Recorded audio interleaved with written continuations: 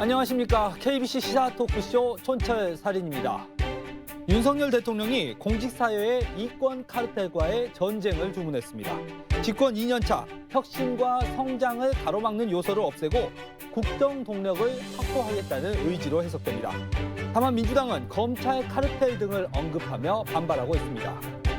더불어민주당은 전직 당대표들의 설화로 흔들리고 있습니다. 추미애 전 장관은 문재인 전 대통령과 이낙연 전 대표에 대한 폭로를 이어가며 다시 정치 일선으로의 복귀를 준비하는 모습이고, 검찰 수사를 받고 있는 송영길 전 대표는 이제 태블릿 조작설을 이끄는 선두주자로 당 안팎의 우려를 사고 있습니다. 국민의힘은 친박계 좌장이었던 최경환 전 경제부총리의 이른바 보수연합군 발언에 뒤숭숭합니다. 한 주간의 이슈를 속속 드립파헤쳐 촌철살인 분석해보는 시간, 오늘도 두 분과 함께하겠습니다. 천하람 국민의힘 순천갑 당협위원장, 설주환 더불어민주당 법률위원회 부위원장 나오셨습니다. 반갑습니다. 네, 안녕하십니까. 안녕하십니까. 예, 우리 설 변호사님 한 주간 좀 잘 지내셨습니까? 지난주에 좀 발언이 제가 이 녹화에서 발언이 좀 셌는지 네. 뭐 여러 군데 또 항의 전화도 받고 네. 그랬습니다. 지난주에 네. 이낙연 전 총리부터 시작해가지고 민주당 인사들을 굉장히 강도 높게 비판하시더라고요. 모두 까기를 하더니 결국은 그러니까요. 이재명 대표가 곧 영장실질심사에 나갈 것이다 뭐 이런 말까지 해가지고 그 여기저기서 이렇게 좀 항의를 좀 뭐 들으시고. 항의가 들어왔더라고요. 그래서 예. 뭐 영장 뭐 그거야 검찰의 마음이니까요. 그렇죠. 근데 그런 거는 어쩔 수 없으면 병가지 상사입니다. 저도 지난주에 한동훈 장관 그 총선 출마해봤자 지는 게임입니다. 이제 그랬다가 루즈 게임. 예. 그리고 또 저도 막 문자 폭탄 왔어요. 미나 잘해라 뭐 너는 당선될 줄 아냐 하면서 막 네. 이렇게 또 하시더라고요. 그럼에도 예. 불구하고 이번 주도 강력한 촌철살인 한마디씩 남겨주시기 바라겠습니다. 네. 자, 첫 번째 주제로 가보겠습니다. 자, 윤석열 대통령의 이권 카르텔과의 전쟁에 직접 나섰습니다.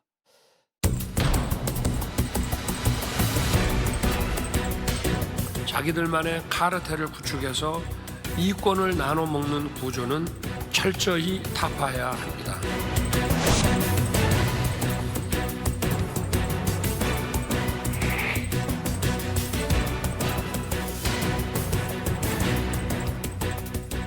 자, 우리 천하람 변호사님이 네.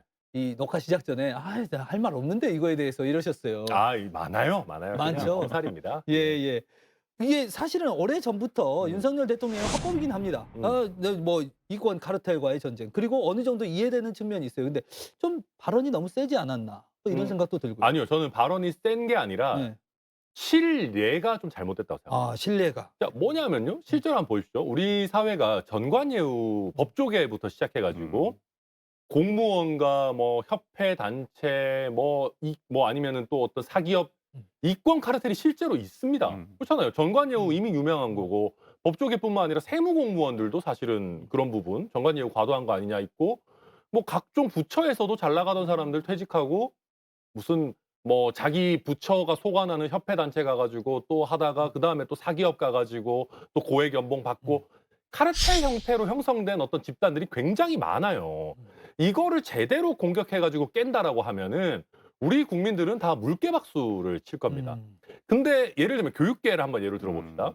교육계 같은 경우도 뭐 예를 들면 교육계 공무원이 나가가지고 뭐 어떤 사교육 이런 데 종사하면서 막 이런 어떤 악순환을 만들어낸다라고 하면은 깨면 되는데, 나오는 예가 조금 빈약해요. 뭐냐면 지금 교육계 카르텔을 얘기하면서 나온 게 뭐 킬러 문항 정도 얘기 예. 나오고, 그다음에 일타 강사들 얘기 이런 식으로 나오는데, 사실은 인터넷 강의 영역은 카르텔이라고 하기가 좀 어렵습니다. 그렇잖아요. 왜냐하면 누구라도 들어올 수 있는 시장이고, 실제 강사들도 들어왔다 나왔다 하고 예. 누가 일타 강사 했다가 또 떨어지기도 하고 그러거든요. 그러니까 이게 과연 이 예가 맞느냐, 이게 진짜 카르텔이냐. 그리고 일타 강사들이 뭐 예를 들면 수능 출제 들어가가지고 직접 킬러 문항 만들고 이런 건 아니거든요. 예. 그러니까 우리 수능이 오래되고 그렇게 하다 보니까 약간 꼬는 문제들이 많이 나와서 일타 강사들이 그걸 수업을 하게 되는 것인데, 그러니까 국민들이 시원하다라고 느낄 만한 이권 카르텔에 대한 공격으로 적합하지 않다. 그러다 보니까 대통령께서 카르텔 말씀 많이 하시는데, 좀 국민들이 체감할 때 아니 당장 더 시급한 카르텔 문제들이 있는데 이게 지금 급한 거야? 라고 느끼게 되는 거 아닌가, 저는 그렇게 봅니다. 일단 어. 그냥 당장 야권에서는 반박이 나올 수밖에 없어요. 이권 네. 카르텔을 하면 그래요. 이권 카르텔 말 자체도 그러니까 음. 대통령이 말씀하신 게 뭐 천 위원장님 말씀하신 대로 그 범위가 불분명해요. 그냥 단순히 이권 카르텔은 깨야 된다. 이게 뭐 그러니까 화두만 던지지 이건 뭐 어떻게 해야 되냐 이런 내용은 없어요. 그럼 뭐 수사하고 조사하고 뭐 이런 거 해야 되는데 굉장히 광범위하죠. 근데 저는 일단은 뭐 이것을 하는 이유가 뭘까? 요즘에 최근에 반국가 세력, 이권 카르텔 깨부숴야 된다. 어찌 보면 지지층 결집을 위한 목표다라고 저는 생각을 해요. 그러니까 뭐 지난 시간에도 한번 얘기했지만은 올 연말까지는 계속 지지층 결집을 위해서 계속 이렇게 그러니까 강공 드라이브를 저는 할 거라고 보고요. 음. 이권 카르텔 가장 대표적인 거 뭐 법조 카르텔도 많죠. 그리고 한덕수 국무총리 어쩌면 카르텔의 영역이에요. 어떤 공무원 고위 공무원 출신이 김앤장에 취직해서 음. 본인은 뭐 로비 활동 안 했다고 하지만 그럼 로비 활동 안 할 건데 왜 김앤장에서 그렇게 많은 고액의 고위 연봉을 연봉? 줘가면서까지 이런 고위 공직자들을 영입을 하겠어요. 이것도 다 그러면 어쩌면 공직 카르텔이죠. 어찌 보면 저는 그런 면에서라면 자신 쪽에 있는 음. 대통령과 자기 편에 같은 쪽에 있는 어떤 이권 카르텔은 그냥 눈 감아주고 오히려 뭐 시민사회 그다음에 노조 뭐 이런 예를 들어 전 정부에서 했던 뭐 태양광 사업 예. 이런 거에 대한 것만 계속 겨냥을 하면서 이권 카르텔을 깨부숴야 된다고 한다면 그건 설득력이 있을 수가 없죠. 그러면 결국에는 그냥 정적 죽이기나 아니면 자신과 다른 정당이라든지 이런 민주당에 대한 야권 인사들에 대한 어찌 보면 탄압 아니냐 이렇게 비칠 수가 있기 때문에 저는 지금 이권 카르텔이라고 말씀을 하시면서 깨부숴야 한다고 하시는데 뭐 반카르텔 정부라고도 하고요. 이런 것들이 뭐 공허한 애침일 수도 있고 그냥 어찌 보면 그냥 정치적인 구호에 불과하다 이렇게 또 근데 보입니다. 저는 이제 물론 그 예. 국민의힘과 가까운 쪽에 있는 카르텔 적폐도 뭐 당연히 청산해야 되겠죠. 근데 이제 어찌 보면 그게 약간 정권을 왔다 갔다 하면서 분업을 하는 면도 있는 겁니다. 그러니까 민주당 정부일 때는 아무래도 좀 국민의힘에 가까운 부분들에 대해서는 좀 이렇게 예. 세게 공격하는 면이 있고 대신에 이제 민주당 정부일 때 못했던 부분들이 분명히 있을 겁니다. 뭐 예를 들어서 최근에 이제 노동조합과의 분쟁들이 많이 있는데 노조를 너무 압박만 했어도 안 되겠지만 뭐 예를 들면 노동조합들이 뭐 건설 현장 같은 데서 지나치게 뭐 통행세 같은 거를 예. 걷는 잘못된 관행이라든지 우리 시민사회가 지자체나 아니면 그 중앙정부의 보조금에 너무 예속돼 가지고 사실상 관변단체 비슷하게 되고 있는 어떤 카르텔이라든지 또 뭐 탈원전 관련해 가지고도 탈원전을 드라이브를 걸면서 뭐 태양광 발전 이런 쪽에 너무 또 이렇게 이익을 추구하는 거라든지 이런 부분들은 좀 바로잡을 부분들이 있는 것이거든요. 예. 근데 이게 어찌 보면 요런 어떤 성과들을 잘 모아서 국민들께 내놓으면서 우리가 이런 식으로 좀 민주당 정부 때 건드리지 못했던 부분들 우리 사회에 다소 문제가 있는 부분들을 잘 도려내고 있습니다라고 하는 게 차근차근 나와줘야 되는데 지금은 대통령께서 아주 센 발언으로 먼저 이제 빵 터트리시고 그다음에 시차가 있게 이런 것들이 붙을 겁니다. 그러면 국민들께서 보셨을 때는 아니 대통령 말씀이 일단 좀 너무 센 거 아니야? 예. 라고 느껴질 수 있으니까 저는 오히려 순서를 바꿨으면 좋겠어요. 그러니까 천 위원장님 말씀대로 저는 저게 맞아요. 그러니까 순차적으로 점진적으로 하되 그러니까 본질적인 부분은 예를 들어서 시민사회 단체 그다음에 탈원전 관련한 뭐 이런 부분이라든지 저는 물론 실행 과정에서 불법이 있을 수도 있어요. 저는 그거에 대해서 수사를 정확하게 해야 되고 예를 들어서 보조금 유용을 한다든지 보조금 횡령을 한다든지 이거 정확하게 가려내서 당연히 그 부분은 수정을 하고 조사도 하고 수사도 해야죠. 그건 저는 적극적으로 찬성해요. 태양광도 마찬가지예요. 태양광 저도 뭐 했지만 사기도 되게 많고요. 그다음 보조금 사기도 굉장히 많아요. 그러니까 그런 부분에 대해서는 당연히 수사를 하고 절대 이런 일이 벌어지지 않도록 했는데 대통령이 지금 어디가 뭐냐? 그럼 시민단체 없애. 그럼 태양광 다 없애.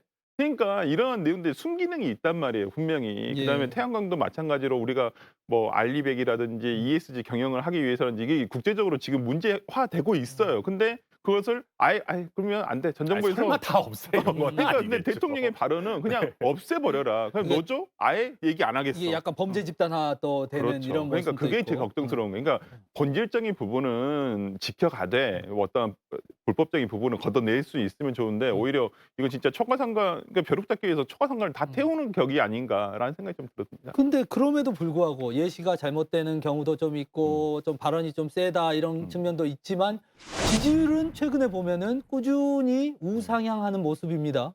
이게 또 어떤 지지층 결집의 효과일까요? 아니면 다른 이유가 있는 걸까요? 지지층 결집에도 어느 정도는 도움이 되고요. 예. 그리고 일단 찬성 반대가 갈리는 이슈라는 게 중요합니다. 예. 그러니까 이거는 찬반은 있을 수 있지만 한심한 일은 아니라고 생각해요. 어 근데 초반에 이제 지지율이 급전직할 때는 예. 좀 한심한 일들이 있었거든요. 뭐 예를 들면 바이든 날리면 예. 같은 이슈라든지 이건 그냥 약간 진영으로 갈라져서 싸우기도 조금 민망한 그런 일들 때문에 사실은 굉장히 많이 떨어졌던 건데 최근에는 그런 이슈보다는 어쨌든 진영 간의 논쟁이 있을 수 있는 이슈로 가다 보니까 지지율이 조금은 상승하는 국면으로 보이고요. 근데 제가 좀 짚고 넘어가고 싶은 거는 이게 대선이 아니고 총선이잖아요. 예. 그러면 각 지역의 지지율이 좀 고르게 올라야 되는데 지금 아직까지는 수도권이나 충청권 뭐 우리 호남까지 해가지고 국민의힘 열세 지역에서의 지지율은 그렇게까지 뭐 많이 오르고 있지는 않다 그렇게 보입니다. 그러니까 지지층을 받쳐주는 것은 그러니까 민주당도 마찬가지고 지금 뭐 국민의힘도 마찬가지고 대통령 지지율도 마찬가지고 그러니까 결집된 그러니까 콘크리트 지지율이라고 하잖아요. 예. 우리가 각 당의 콘크리트 지지층이 있는데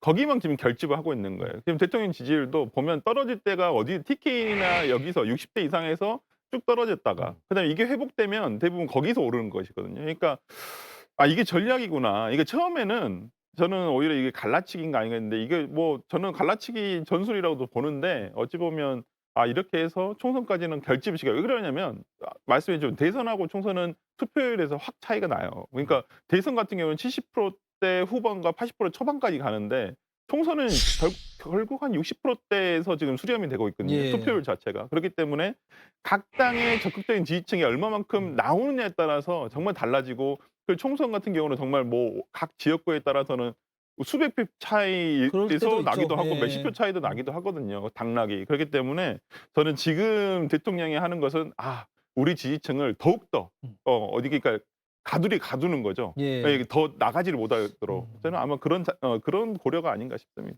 그런 맥락이었을까요? 이 통일부 관련된 논란이 있었습니다. 통일부가 지금까지 대북 지원부의 역할을 한다라는 이런 지적이 있었고 이제는 뭐 북한의 인권 문제도 좀 지적을 하고 대북 제재 관련해서도 좀 통일부가 역할을 해줘야 된다라고 지적을 하자마자 또 문재인 전 대통령이 나섰습니다. SNS에 책을 소개하면서 아직도 냉전 시대의 사고에서 벗어나지 못하는 분들이 있다. 약간 저격하는 듯한 발언이었거든요. 예. 그런데 글쎄요. 저는 이제 전직 대통령께서 이제 이런 식의 또 진영 간의 어떤 네. 대립을 부추기는 게 과연 바람직한가에 대한 근본적인 질문이 있고요. 그렇게 하실 거면은 애초에 잊혀지고 싶다는 말씀은 왜 하셨는지 솔직히 잘 모르겠습니다. 뭐 이런 추세면은 제 생각에 문재인 전 대통령이 갑자기 총선 출마하신다 그래도 저는 안 놀랄 것 같아요. 그러니까 굉장히 적극적으로 하고 계시기 때문에. 자, 근데 통일과 관련해서 많은 생각이 다른 분들이 계실 수 있습니다. 근데 국민의힘의 관점은 현금 받겠다는 겁니다. 예. 그러니까 저희가 그렇다고 해서 북한이랑 거래를 안 하겠다라는 것이 아니고 문재인 정부의 입장이 북한에서 어음을 줘도 그래도 우리는 가능하면 좀 잘해주고 관계 개선으로 점차적으로 나가자라는 입장이었다면 국민의힘 같은 경우는 맨날 북한에서 주는 어음 나중에 보니까 다 부도나더라. 우리 이제 현찰 받고 제대로 이 사람들이 진짜 뭔가 바꾸겠다고 하면 우리도 담대하게 돕겠다라는 쪽으로 가는 것이거든요. 이거는 절대적으로 옳고 그른 거는 저 없다고 생각합니다. 이제 시대나 상황에 따라 가지고 전략적으로 할 수 있는 건데 이 논쟁에서 저는 단언하건대 국민의힘이 유리하다고 봅니다. 예, 왜냐하면 북한에서 지난번에 이제 남북 연락사무소 폭파해서 보듯이 우리가 좀 기다려주고 어음 줘도 괜찮아라고 하는 거에 있어서 북한이 제대로 된 성의 있는 조치를 안 해요. 그래서 많은 국민들이 일단 그럼 좀 시간을 가지고 북한이 좀 변화되는지 진짜 개혁 개방의 길로 나오는지 좀 지켜보자라고 하는 분들 많거든요. 막 너무 관계가 악화되는 건 원치 않지만 그런 면에서 저는 국민의힘이 지금 타이밍에는 이런 식의 대북 지원부 아니야.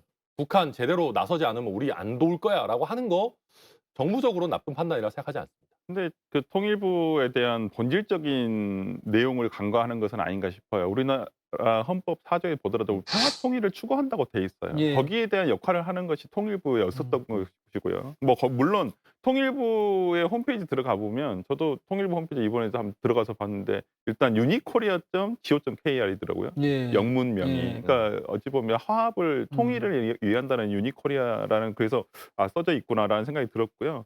근데 통일부의 여러 가지 역할 중에 뭐 남북 교류 협력 또 있고 북한 정세 파악 뭐 이런 것도 있어요. 그러니까 지금 뭐 윤석열 정부에서는 어떤 남북 교류 협력보다는 어떤 북한 정세 파악이라든지 아니면 대북 북한 인권 문제에 대해서 훨씬 더 신경을 쓰도록 하겠다. 성격을 좀 고치겠다라고 하는 것인데 근데 통일부 장관 새로운 통일부 장관 지명자죠.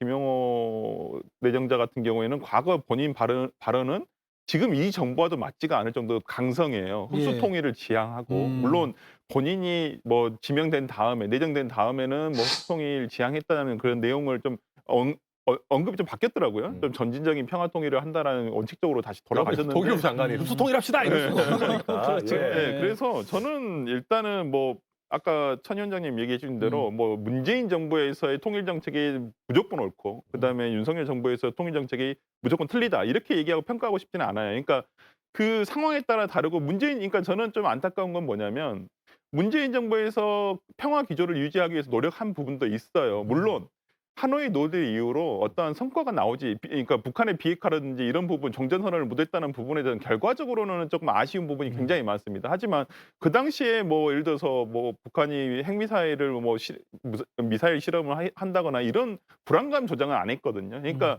저도 일단 북한에 대한 무조건 퍼주기, 무조건 반대합니다. 이건 아니에요. 그러니까 과거에 우리가 해봤지만은 안 됐던 내용들이에요. 그럼 수정을 해야죠. 어떤 북한에 저는 너무만 줄 수도 받을 수만도 없고 그다음에 현찰을 받기 위해서 노력한다는 부분도 상당히 공감이 하는데 저는 이런 부분 과거 문재인 정부에서 했던 어떤 평화통일 기조에 대해서 깡그리 무시하는 윤석열 정부의 어떤 뭐 형태라든지 이런 건 좀 지양돼야 되지 않을까라는 생각을 좀 해봅니다. 이 주제에서 마지막 질문을 좀 천하람 위원장께 드리고 싶은데 네. 민주노총이 총파업을 했습니다. 그러면서 정권 퇴진 총파업이다라고 이렇게 슬로건을 걸었어요. 윤석열 대통령이 이에 대해서 이번 정부에서 뭐 파업을 통해서 뭔가를 얻어내려는 거 이런 기대를 아예 접어야 될 것이다. 이렇게 좀 또 강한 발언을 했습니다. 이건 어떻게 보셨습니까? 저는 일단은 그 우리가 이제 척하는 게 너무 없어졌다. 뭐뭐 하는 척하는 거. 무슨 말이냐면은요. 원래 그 정권 퇴진 목적의 파업은 불법입니다. 예. 그거는 그냥 뭐 진보 보수의 어떤 차이가 아니고 해석의 여지가 있는 것도 아니고 확립된 판례입니다. 그러니까 이제 정치적 목적의 파업은 불법이다. 예전에는 민주노총에서 정권 퇴진 목적의 파업 같은 걸 해도 근로조건 개선 목적입니다라고 척이라도 했어요. 예. 예, 거기에 약간 정치적인 이슈를 합쳐서 얘기하는 겁니다. 라는 식으로라도 이제 약간 거짓말이지만 어찌됐든 적법한 척이라도 했는데 이제는 대놓고 윤석열 정권 퇴진 목적입니다라고 얘기하는 것 자체가 저는 우리 사회가 갈수록 이 지켜야 하는 선 자체가 너무 많이 흔들리고 있다라는 생각이 첫 번째로 들고요. 그리고 이제 대통령실도 이런 겁니다. 말이라도 불법 시위는 안 되지만은 왜 노동계에서 우리한테 이렇게까지 불만이 있는지 1년밖에 안 된 정권에 대해서 퇴진 운동까지 하는지 소통 정도는 그래도 우리가 해보겠다라고 얘기하면은 사실 덧납니까? 근데 파업으로 얻을 거는 없다. 물론 맞는 말이죠. 불법 파업에 뭐 우리가 안 하겠다라고 하지만 그래도 노사정위원회든 뭐를 통해 가지고 좀 그래도 그쪽 얘기도 좀 들어보겠다. 이런 메시지 내는 거는 국민들 입장에서 봤을 때 좋잖아요. 네. 대인배스럽고. 그런 걸 왜 안 하는지 저는 사실 좀 답답한 심정이다. 그렇습니다. 예, 여기까지 하고요. 저 두 번째 좀 주제로 넘어가 보겠습니다. 자, 민주당 추미애 전 대표 장관이기도 하죠. 또 그리고 송영길 전 대표 계속된 설화로 지금 흔들리고 있습니다.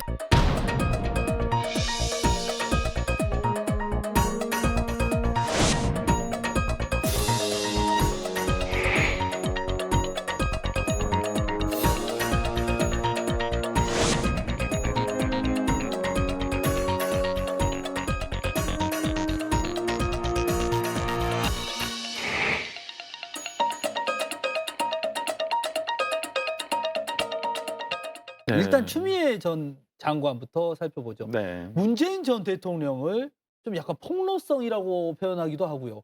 이렇게 공격을 합니다. 나한테 물러나라고 했다. 그리고 뭐 그러더니 이제 며칠 지나서는 이낙연 전 대표가 뭐 총선을 위해서 용퇴해달라 뭐 이런 이야기를 했다고 하고요. 어떻게 보십니까? 그러니까 지금 민주당의 지금 전 대표님들의 지금 귀환이 참 상당히 그 민주당의 지금 파장을 네. 일으키고 있는 건 사실인데, 그러니까 추 전 장관의 어떤 그 최근의 인터뷰 내용들을 보면 뭐 어떤 서운함에서의 반론은 아니다. 예. 내가 이렇게 발언을 하는 게 뭐 문재인 대통령이라든지 뭐 전 이낙연 대표에 대한 저격성은 아니다라고 이제 말씀을 하셨어요. 근데 지지자들이 받아들이기에는 좀 그렇지가 않죠. 일단은 뭐 그게 그러면 지금 어찌 보면 윤석열 대통령의 탄생에 가장 큰 역할을 한 사람이 추미애 전 장관 아니냐, 이런 내용이 있었거든요. 뭐 국민의힘에서도 그런 내용을 정말 공공연하게 얘기를 하실 정도였었으니까. 근데 아마 거기에 대한 뭐 본인의 억울함을 좀 풀고자 하는 것도 있었고요. 뭐 그것보다는 이런 이슈를 던짐으로써 본인의 스탠스를 정하는 거죠. 정치적 스탠스를 딱 입지를 정하게 되는 거죠. 나는 이제는 매운맛 민주당이 되겠다. 예. 이런 거예요. 그러니까 지금 본인의 스탠스는 어찌 보면 문재인 전 대통령과도 각을 치고, 그다음에 예를 들어서 이낙연 대표와도 자기가 정치를 같이 할 수 없다라는 뜻을 세운 것이거든요. 그렇기 때문에 뭐 그렇다고 해서 뭐 이재명 대표 측에 뭐 같이 하겠다 뭐 이런 내용은 아니겠지만은, 뭐 지난 대선 경선 때도 보면 그래도 이재명 대표와 가장 그 밀접한 어찌 보면 그 뭐 말씀을 한다든지 예. 뭐 그런 내용이 있었기 때문에, 뭐 그렇다고 뭐 친명 쪽에 서서 하시겠다는 건 아니지만 민주당 내에서 내가 이제 정치 재개를 할 건데 나는 좀 강한 앞장서서 투쟁을 하는 모습으로 가겠다라고 저는 선언하신 거라고 봅니다. 근데 우리 이제 당내 문제이기 때문에 네. 우리 설 변호사님도 지난주에도 세게 하시고 네. 오늘도 힘드실 수 있겠지만은 매운맛 민주당을 하고 싶은 거다 하면 윤석열 정부를 세게 깔 수도 있어요. 그렇죠. 그렇잖아요. 예. 문재인 대통령을 공격하겠다는 얘기는 이제는 친문이 아니라 소위 민주당의 적극 지지층인 개딸 편에 서겠다는 얘기입니다. 그러니까 당내에 어느 쪽의 지지를 받아야 될지에 대한 계산이 이미 끝났다. 그리고 이미 이낙연 전 대표 쪽으로 가기에는 사실은 아까 말씀하셨지만 경선부터 별로 안 맞았어요. 스타일도 이재명 대표랑도 잘 맞고. 예. 그러니까 난 이쪽으로 확실히 갈 거야라고 하고 있고요. 지금 실제로 이 당내 상황이 민주당 상황도 복잡한 게, 이 개딸이라고 하는 이분들이 친문 지지층이랑 실제로 온라인 공간에서 굉장히 열심히 싸웁니다. 예. 그렇게 하기 때문에 문재인 대통령을 공격함으로 인해 가지고 개딸들과 정서적인 동질성을 확보할 수가 있는 상황이에요, 실제로. 그래서 그거를 아마 추미애 전 장관이 캐치를 한 것 같고. 근데 그러면 그냥 아주 간단합니다. 본인의 정치적인 이득을 위해서 이렇게 하는 겁니다. 솔직히 얘기하면. 근데 그러면 본인의 정치적인 이득을 위해 가지고 자기를 임명해 준 대통령한테 이제 와서 이런 얘기를 하는 게 과연 적절하냐?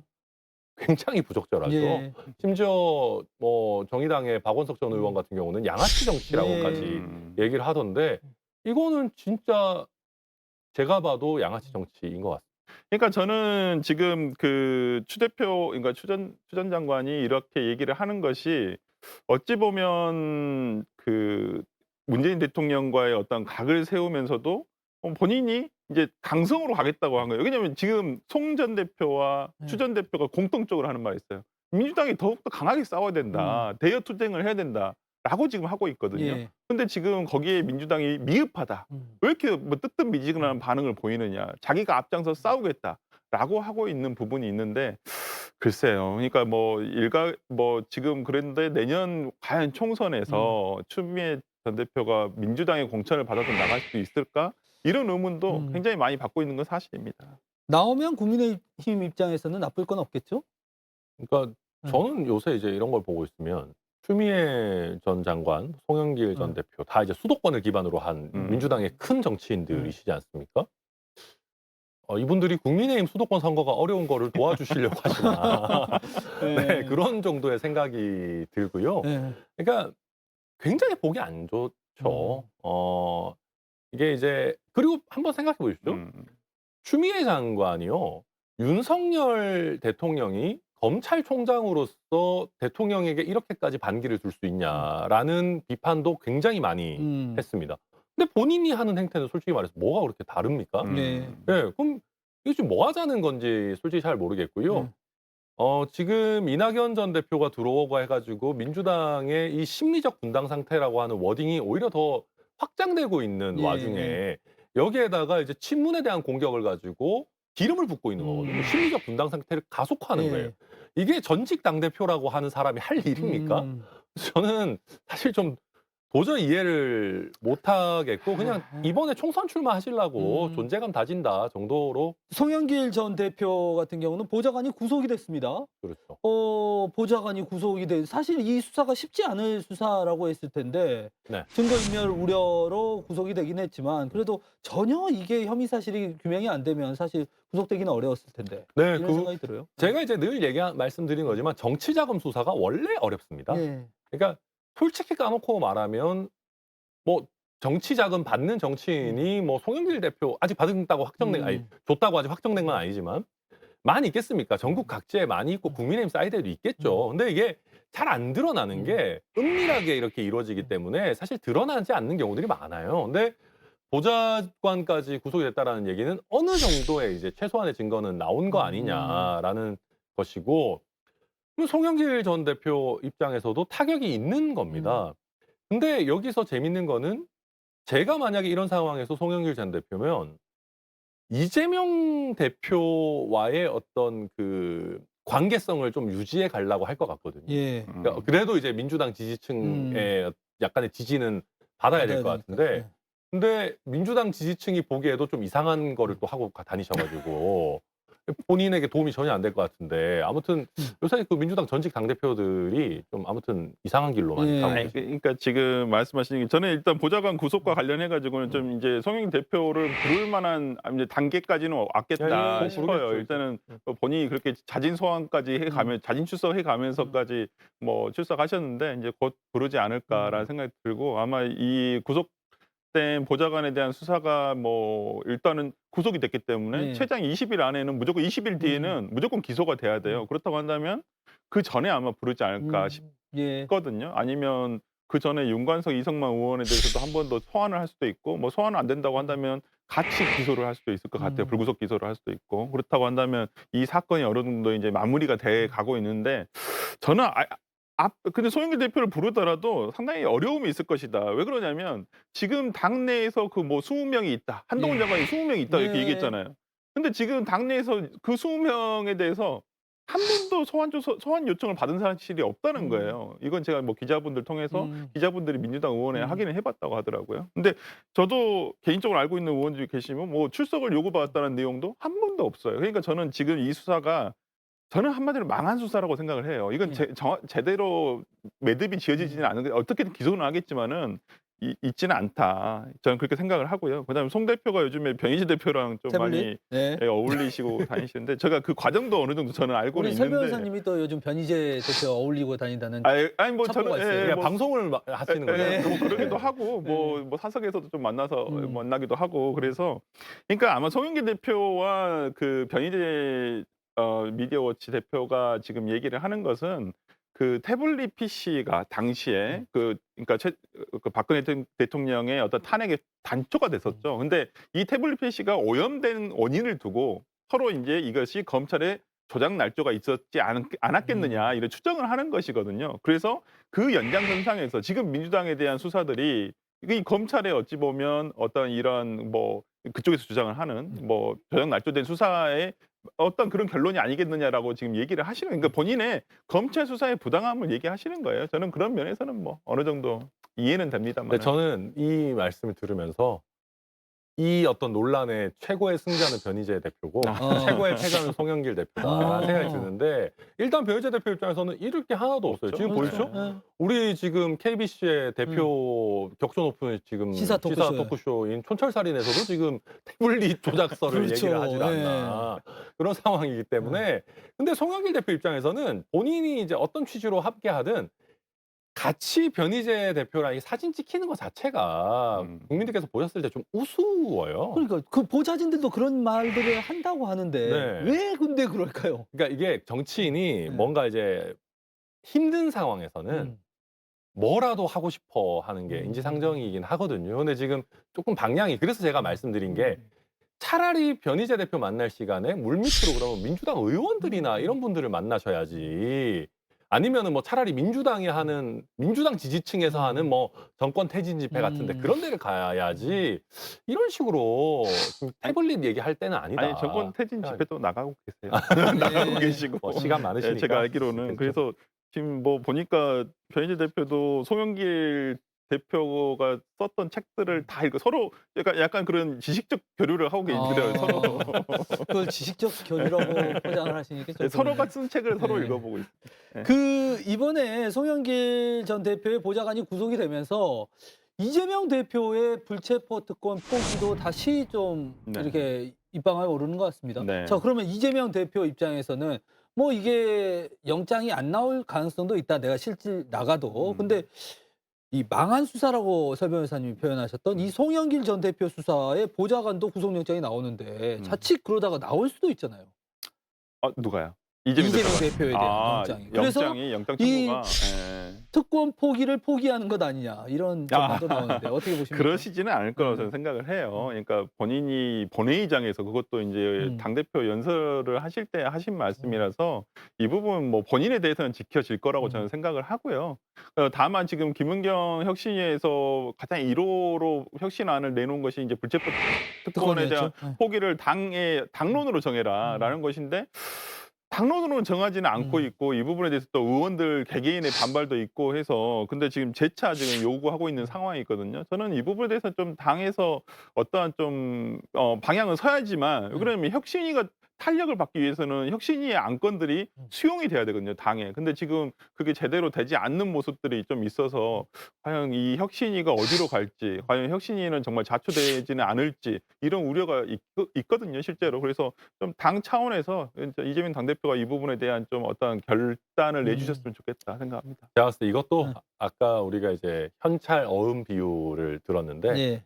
이제는 민주당에서 불체포 특권 포기하겠다라고 혈서를 써도 국민들은 안 믿을 지경에 이르렀습니다. 시기를 놓쳐버렸네요. 예, 시기도 놓쳤고 뭐 계속해서 이제 부결되는 거를 봐왔기 때문에 포기하겠습니다라는 건 의미가 없고 가결되는 모습을 보여드리거나 아니면 정말 제도적으로 가결될 수밖에 없도록 하는 장치들을 마련하는 게 아니라면 이거는 생각보다 민주당 입장에서 그렇게 파괴력이 있는 이슈는 아닐 거다. 그렇게 전망합니다.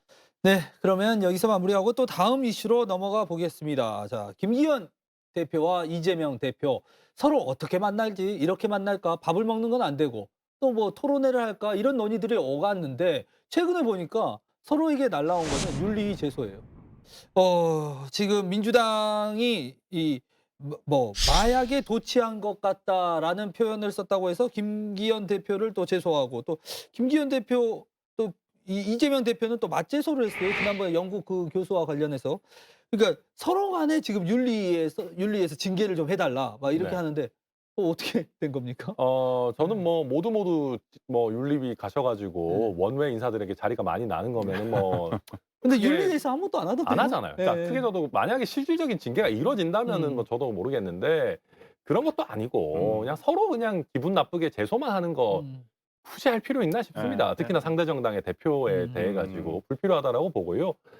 이제 최근에 도를 넘은 언사들이 좀 있습니다. 예를 들면 예. 저희 입장에서 봤을 때는 뭐 쿠데타, 예. 뭐 윤석열 대통령이 뭐 쿠데타로 집권했다든지 이런 거는 제가 봐도 야 이거는 우리 정치가 너무한 거 아니냐 하는 생각도 드는데 요새 하도 정치 언어가 인플레가 돼가지고 발언한 거 가지고 징계하기 시작하면은 국회의원들이 잘 남아나지를 않을 겁니다. 그래서 저는 이런 식의 이제 윤리위 공방 굳이 할 필요가 있나 싶고 지금 양당 대표 모두 다 좀 죄송한 말씀이지만 뭐 하고 있는지 잘 모르겠거든요. 예. 뭐 하고 있는지 잘 모르겠을 때 하기 좋은 게 그거예요. 그냥 같이 만나는 거.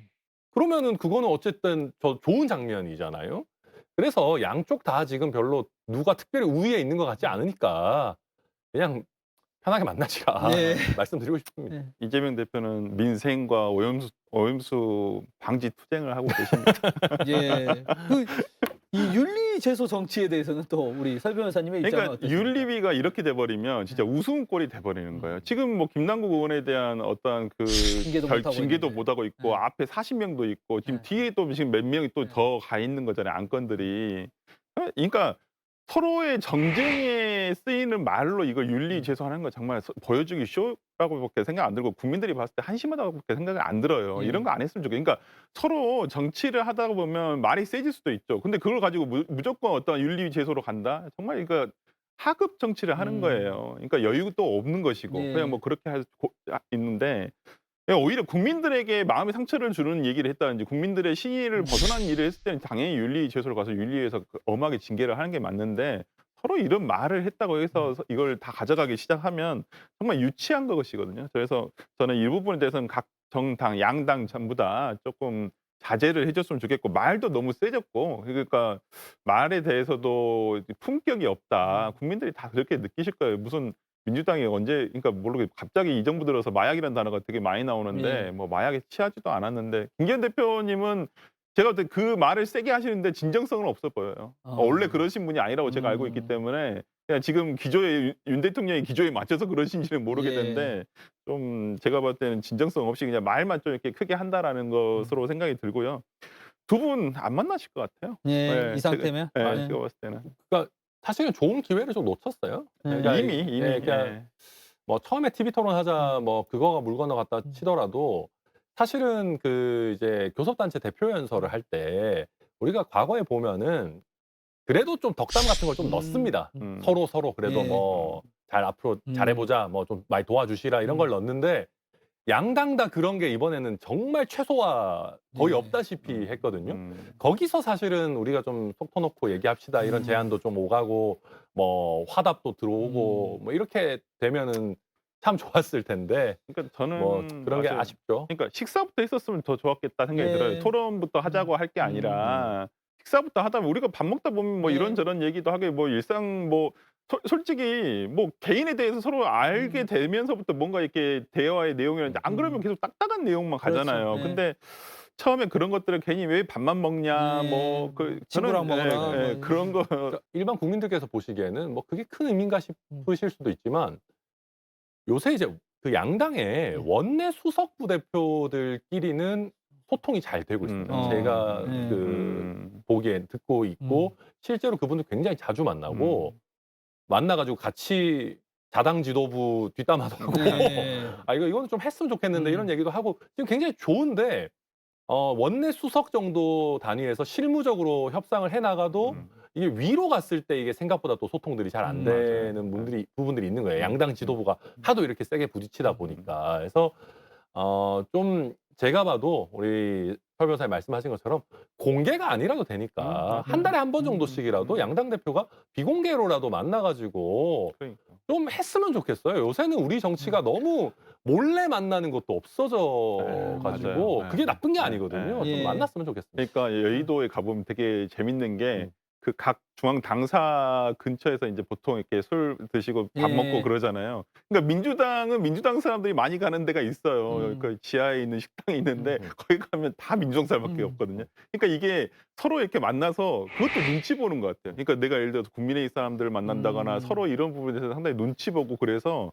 참 그런 점들이 아쉽다. 그러니까 계속 자당 사람들끼리만 뭉치고 만나고 서로 이렇게 이게 여당과 야당이 만나서 풀어야 될 내용들이 있는데 그럴 때는 정말 대면대면하거든요. 예. 그러니까 좀 아쉬운 것 같아요. 예, 그 이거 뭐 약간 또 이제 뭐 잡담 비슷하게 예. 한 김에 하자면은 옛날에는 보좌진들이 양당을 좀 왔다 갔다 했어요. 실제로 예. 보좌진은 직장인이니까 예. 내가 뭐 민주당 있다가 국민의힘 맞아요. 오기도 하고 막 이렇게 했는데 예전에 이제 그 패스트트랙 몸싸움하고 이러면서 보좌진들끼리도 맞아요.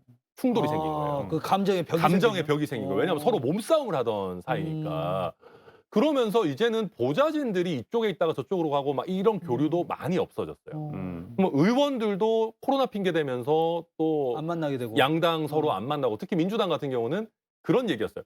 아니 민주당 의원도 너무 많아서 서로 잘 모르겠는데 국민의힘 의원을 뭐 하러 만나냐. 이제 뭐 서로 비슷했겠죠. 그렇게 가다 보니까 이 인간적인 친밀함이나 신뢰 이런 것들이 너무 네. 많이 떨어져 있어가지고 맞습니다. 좀 걱정입니다. 그런 가운데 이 주제에 조금 어긋나긴 하는데 이해찬 전 대표를 또 경찰에 고발하겠다 이런 방침을 국민의힘에서 냈습니다. 이 네. 내용은 이제 서울 양평간 고속도로에서 김건희 여사의 땅이 있는데 이 김건희 여사의 땅의 지가를 상승시키기 위해서 고속도로의 끝부분에 경로를 바꿨다 이런 네. 의혹 제기를 했다는 이유거든요.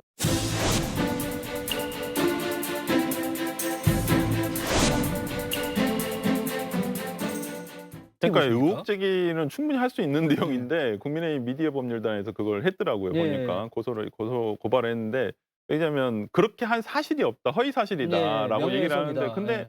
제가 봤을 때는 그거 아마 그렇게 처리는 안 될 거예요. 그러니까 음. 구체적으로 누가 이렇게 했다, 허위 사실을 얘기하지 않고 그런 의혹이 있다라고 얘기를 한 거예요. 근데 아니 그러니까 도로가 종점이 바뀔 수도 있죠. 예. 어떤 상황 변경이라든지 여러 가지 정책이란 것은 뭐 시시각각 달라지는 거니까 그렇지만은 그러니까 오비락이에요. 왜 거기에 대통령의 김건희 여사 쪽에 있는 친정이 있는 그 땅이 땅이. 굉장히 뭐 10,000평 정도나 네. 된다고 하는데 그 근처로 거기가 옮겨지느냐 이게 당초보다. 그래서 당연히 의심을 살 수밖에 없는 거예요. 그러니까 그게 필요에 의해서 했더라도 오히려 이런 부분 누가 알고서 했는지 모르고서 했는지는 모르겠습니다마는 저는 그렇게 변경이 됐더라도 오히려 대통령이 알게 됐으면 "이거 바꿔라. 이렇게 하면 안 된다. 이거 괜한 오해 산다." 이렇게 얘기가 나오는 게 정상적일 거라고 보여요. 예. 근데 그게 갑자기 이게 위에 있다가 밑으로 내려왔어요. 예. 그것도 그 처가 일가의 땅이 그렇게 많은 곳에 내려와서 저는 이거에 대해 당연히 국민들이 봤을 때 의심하지 않을까요? 그건 당연히 의심이 갈 수밖에 없어요.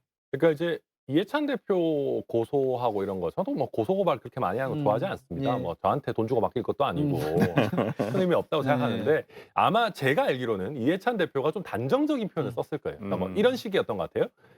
예전에는 뭐 해먹어도 티 안 나게 해먹었는데 요새는 대놓고 해먹는다. 예. 이런 식의 이제 좀 단정적으로 해먹었다라는 표현을 쓰고 이렇게 하다 보니까 의혹 제기 수준을 넘어서 너무 이거는 그냥 단정적으로 얘기한 거 아니냐 해서 한 것 같은데 뭐 어찌 됐든 그거야 이제 뭐 수사가 진행은 될 거고요. 예. 근데 저도 설 변호사님 말씀에 공감이 좀 되는 게 저는 늘 이런 거에 헷갈리면은 문재인 대통령 대입법 같은 걸 씁니다. 예. 문재인 정부에서 이런 일이 있었으면 우리가 뭐라고 했을까? 어.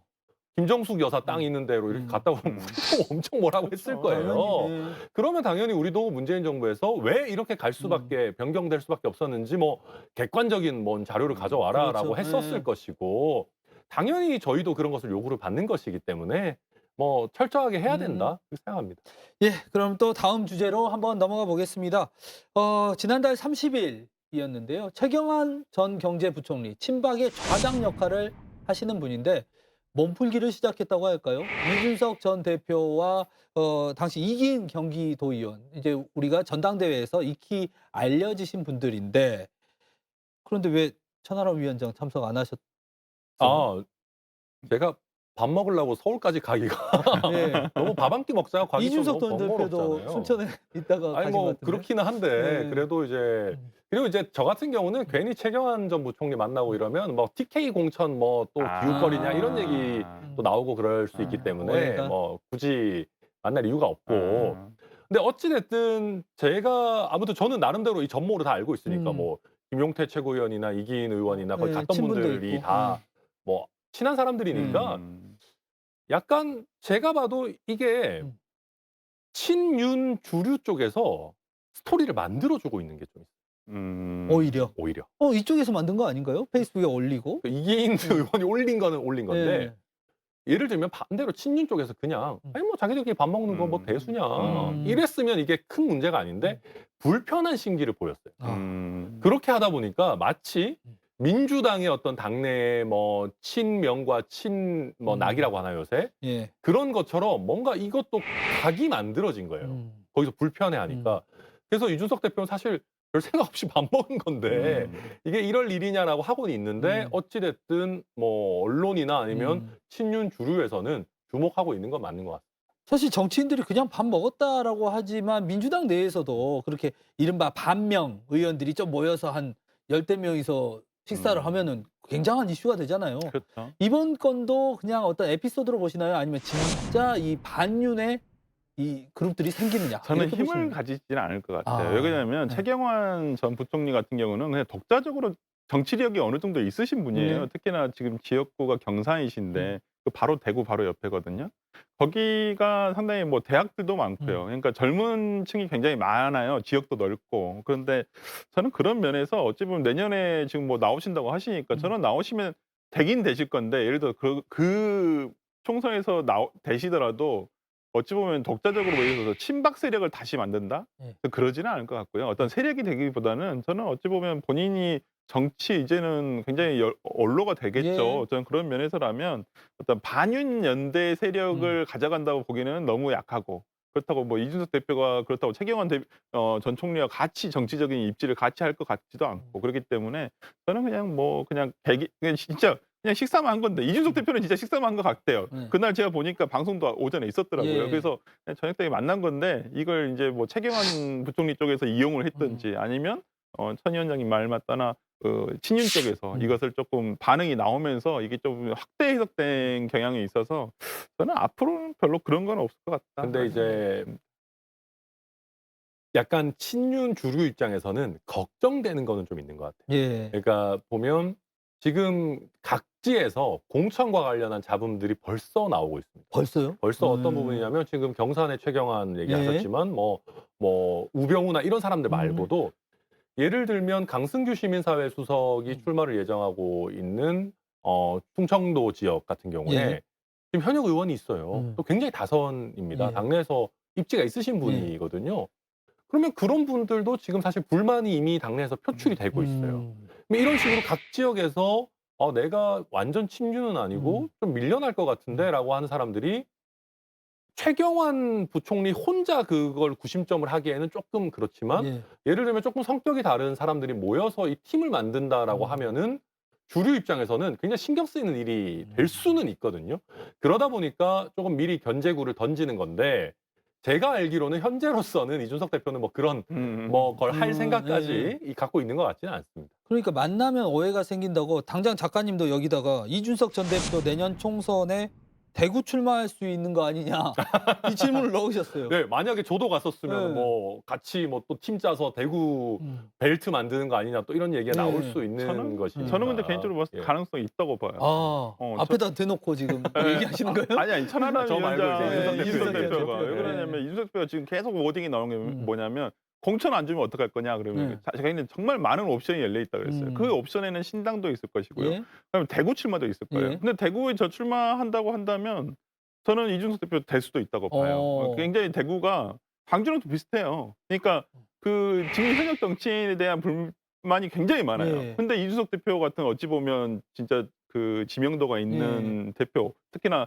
TK에서 밀어서 당대표가 된 거잖아요. 그렇다고 한다면 저는 대구에 어디 갈지 뭐 예를 들어 수성구나 이런 데 간다고 한다면 저는 충분히 되지 않을까. 그런데 유승민 전 의원 같은 경우 오히려 배신자 프레임에 더 이렇게 시달린 거 아닌가요? 대구에서? 근데 그러니까 유승민 의원과 이준석 대표는 이제는 완전히 결별이 된 것 같아요. 사람들의 서로 인식에서도 이준석 대표는 이준석 대표, 유승민 대표는 유승민 대표도 근데 예전에 비하면 뭐 아직도 뭐 있긴 있습니다만은 배신자 프레임 많이 벗으신 것 같고요. 제가 봤을 때도 유승민 대표도 뭔가 다음 대선 뭐 총선이라기보다는 대선에서도 어떤 역할을 하시지 않을까 생각합니다. 네, 끝으로 마지막 이슈 좀 지역 이슈 성격이 있는데요. 민주당의 전국혁신회의라는 기구가 있습니다. 사람들에게 잘 알려지지는 않았는데 이게 원외에서 이재명 대표를 지원하는 성격의 조직인데요. 이 조직이 광주 전남에서 첫 지역위원회를 출범을 시켰습니다. 그러면서 현역 국회의원 30%를 컷오프해야 한다. 그리고 그 명단을 공개해야 한다라고 주장을 해서 이게 확산되고 있습니다. 더민주 전국혁신회의 출범식 딱 한 달 됐더라고요. 그때 설 변호사님 가셨다고 제가 얘기를 들었는데. 네, 저도 참석을 했었고요. 예. 저도 여기 상임 뭐 운영위원이고 뭐 운영위원이세요? 뭐 그렇더라고요. 예. 그러면 이게 지금 어떻게 되는 겁니까? 원외에 있는 친명 조직이 원내에 있는 지금 민주당 현역 국회의원들을 다 뭐 몰아내자는 건 아니고요. 예. 그러니까 그 당의 혁신의 한 가지 방법이라고 생각을 해요. 근데 이제 지금까지 여러 혁신을 외치는 여러 조직이 있었습니다마는 지금 혁신회의는 더민주 혁신회의 같은 경우에는 조금 구체적으로 한번 우리가 조직체를 만들어서 하자라고 지금 하고 있거든요.